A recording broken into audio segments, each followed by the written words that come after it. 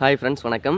யூடியூப்பில் எப்படி வந்து நம்ம வீடியோக்கள்லாம் போட்டு மணி ஏர்ன் பண்ணலாமோ அதே மாதிரி ஃபேஸ்புக்லையும் ஏர்ன் பண்ணலாம். இதை பற்றின ஏகப்பட்ட வீடியோக்கள் ஏற்கனவே நம்ம சேனலில் போட்டிருக்கோம். அது மட்டும் இல்லை, இப்போ ஒரு ஃபேஸ்புக்கில் யூடியூப்பில் நம்மளுடைய சேனலை எப்படி ட்ரெண்டிங்கில், அதாவது creator on the rice trending பேஜில் நம்மளுடைய சேனலே ஷோ ஆகும். கிரியேட்டர் ஆன் தி ரைஸ் அப்படின்னு சொல்லிட்டு அதுக்கு என்ன எலிஜிபிலிட்டின்னு சொல்கிறேன். ஃபஸ்ட்டு வந்து நம்ம சேனல் ஒரே மாதிரியான கண்டென்ட் போடணும், 1000 சப்ஸ்கிரைபர் ரீச் பண்ணியிருக்கணும், ப்ளஸ் வந்து நிறைய விஷயங்கள். அதை பற்றி creator on the rice Selva tech அப்படின்னு யூடியூப்பில் சர்ச் பண்ணிங்கன்னா இதை பற்றின தனி வீடியோ டீட்டெயிலாக போட்டிருப்பேன். ஓகேங்களா, எந்த இடத்துல ஷோ ஆகும், எப்படி ட்ரெண்டிங் ஆகும் சேனல் அப்படின்னு சொல்லிட்டு.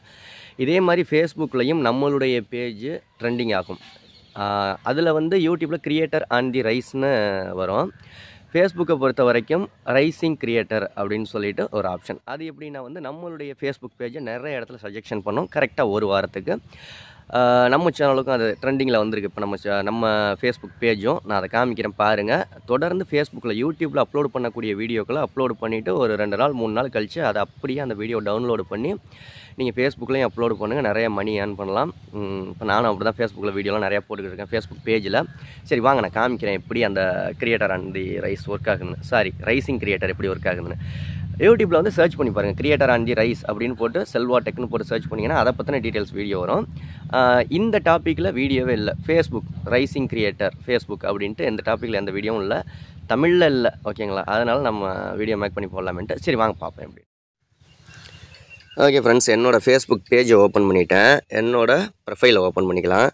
ப்ரொஃபைலை ஓப்பன் பண்ணோன்னே இந்த இடத்துல பார்த்தீங்கன்னா ப்ரொஃபைல் அப்படின்னு போட்டு டிஜிட்டல் கிரியேட்டருக்கு பக்கத்தில் ரைசிங் கிரியேட்டர் அப்படின்னு சொல்லிட்டு ஒரு ஆப்ஷன் இருக்குது பார்த்தீங்களா, ரைசிங் கிரியேட்டர்.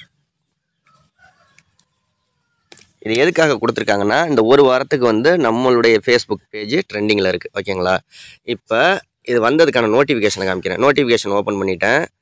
இதில் என்ன கொடுத்துருக்காங்கன்னா, congratulation Selvakumar, you have earned rising creator label.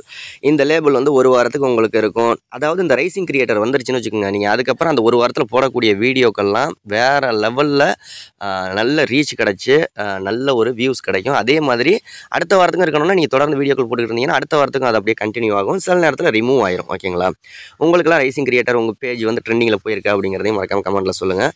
ஃபேஸ்புக்கை பற்றியும் யூடியூப்பை பற்றியும் நிறைய வீடியோக்கள் அடுத்தடுத்த வீடியோக்களில் தெரிஞ்சுக்கலாம். நன்றி.